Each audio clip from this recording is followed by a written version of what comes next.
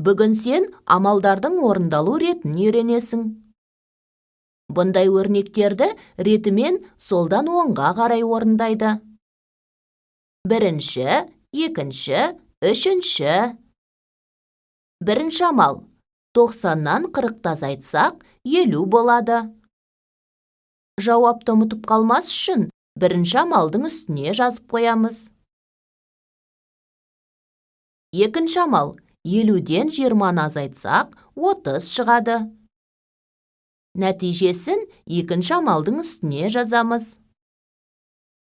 Үшінші амал. 30-ға 30-ды қосамыз.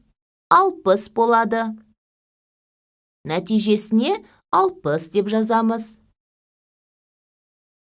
Мына өрнекке мұқият қара. Алдыңғы өрнектен қандай айырмашылығы бар?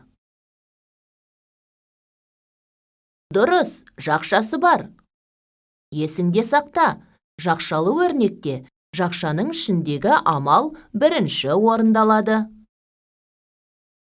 Содан кейін солдан оңға қарай ретімен орындалады. Бірінші амал 20 қосу 30. Нәтижесін бірінші амалдың үстіне жазамыз. Екінші амал. 90-нан 40-ты азайтамыз. 50 шығады. Нәтижесін екінші амалдың үстіне жазамыз.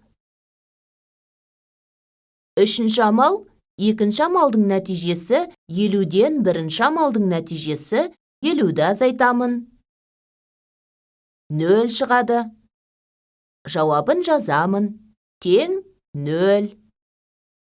Есіңде сақта.